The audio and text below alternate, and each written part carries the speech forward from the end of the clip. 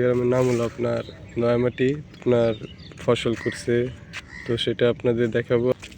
তো দেখেন আর এখানে কি সুন্দর করে টাল দিছে, প্লাস লাউয়ের গাছগুলো কত সুন্দর করে উঠতেছে। তো দেখেন ছোটোখাটো জায়গা থাকলেই গ্রাম অঞ্চলে ছোট ছোট ক্ষেত করে দেখেন এটা চাষ করছে। এটা আপনার বেচনের জন্য না, এটা আবার রাস্তার ধারে দেখেন কত গেইয়া টাল দিয়া সুন্দর মতো আপনার লাউ চারা বুনছে। তো এটা চিনি চম্পা কলা। নয়ামাটি পুরোটা ঘুরে আপনাদের দেখালাম। তো আজকে আমাদের পাশের গ্রামে আসছি। এই পাশের গ্রামের নাম হলো আপনার নয়ামাটি। তো দেখেন এটা হলো নয়ামাটি মসজিদ। আর দেখেন এখানে কত সুন্দর আপনার ফসল করছে, তো সেটা আপনাদের দেখাবো। আর দেখেন এখানে বালু ফালিয়ে আপনার ভরে ফেলছে। ভিডিওর সাথে থাকবেন। এই যে দেখেন এখানে কত সুন্দর চারা বুনছে, লাল চারা, আর সামনে টমেটো, আর এখান দিয়ে লাউ চারা বুনেছে। তো আরও সামনে আছে, আপনাদের দেখাবো, সাথে থাকবেন।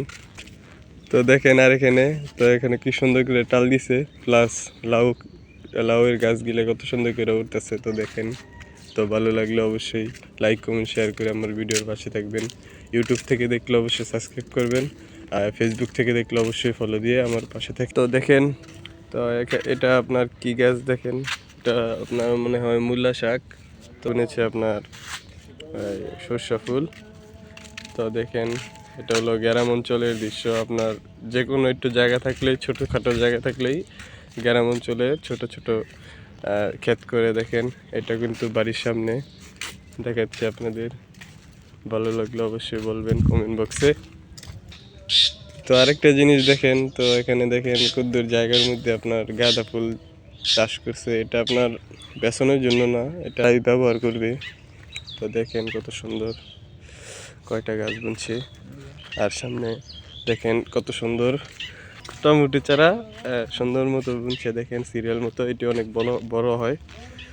তো দেখেন কত সুন্দর, এটাই গ্রামের দৃশ্য। এটা আপনার একটা মাঠের মধ্যে বুনছে নাকি।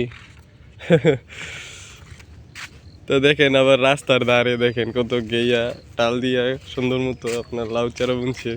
তো দেখেন এটা বিন্না দিয়া দিছে, তো রশির বদল বিন্না দিছে। দেখেন কেমন হয়েছে জানাবেন এটা।